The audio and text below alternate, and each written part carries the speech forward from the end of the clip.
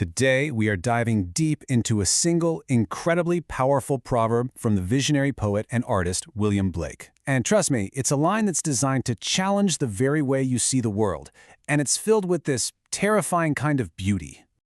The roaring of lions, the howling of wolves, the raging of the stormy sea, and the destructive sword are portions of eternity too great for the eye of man.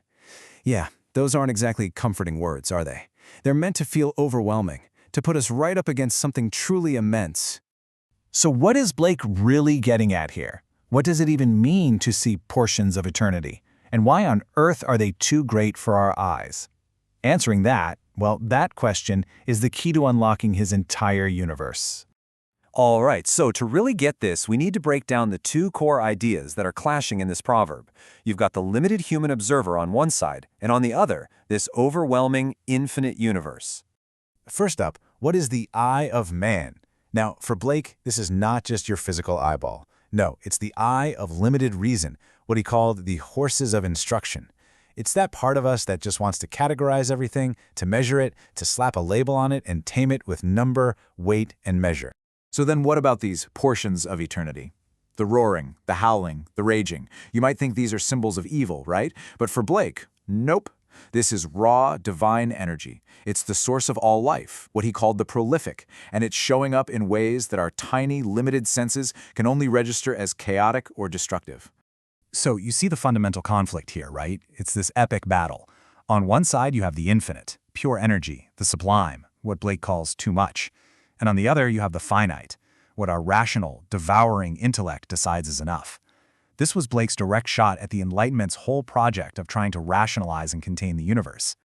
Okay, so let's take this cosmic conflict and see how it plays out not just in philosophy, but right inside our own minds. Blake argued that a mind that's afraid of this overwhelming energy, the one that fears the sublime, it just retreats. It pulls back into the safety of what it already knows.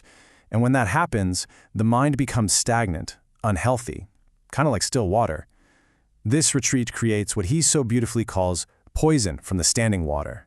But Blake actually lays out a path to true vision. That encounter with these terrifying forces, it's supposed to be a psychological shock.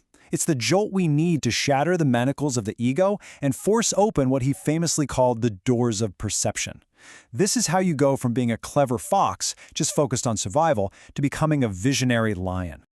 To put it another way, these incredibly intense experiences, the tigers of wrath, they aren't threats we should run away from. They're essential. They're the tools needed to break down our limited sense of self. To a soul of sweet delight, these terrifying sounds aren't a danger, but a call to come home to the fountain of eternal energy. Now, let's zoom out again, because this isn't just about individual psychology. Blake is using this idea to launch a massive critique of the entire scientific and rationalist worldview of his time. And this just illustrates his point perfectly. The materialist trying to measure the stormy sea with science is, for Blake, just as absurd as someone trying to hold the entire ocean in a small tank. You miss the scale, the power, the whole point of the thing.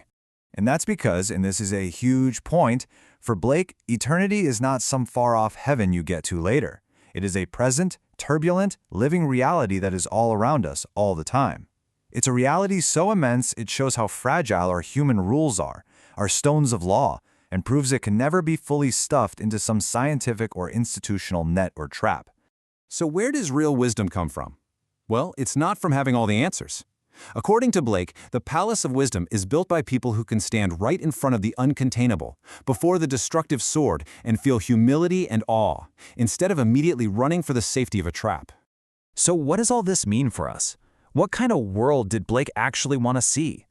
I mean, how do you build a society around an idea like this?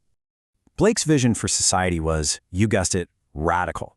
He argued that a society that's afraid of its own stormy seas, one that tries to get rid of every wolf and silence every roar, it doesn't become safe, it just becomes stagnant. It creates the pestilence of a repressed culture. So his ideal community? Freedom would be its very foundation. Friendships would be based on seeing that same divine, sublime energy in each other. It wouldn't be afraid of change. It would see even the most volatile upheavals as natural productions of time. And it would be humble enough to know that its laws are just tiny temporary islands in a vast eternal ocean. So it all comes back to perception, doesn't it? The core message is that we have to learn to look through the eye, not just with it. Our rational, measuring eye is a useful tool, sure, but it's our imagination, what Blake called our poetic genius, that's truly capable of perceiving the infinite without being crushed by it. Ultimately, Blake's proverb is more than a poem. It's a powerful anthem for the sublime. And it's a profound challenge to us all. To really live, we can't just shy away from the overwhelming parts of life. To embrace the raging, the howling, and even the destructive is to finally stop measuring the world and start seeing the face of the infinite.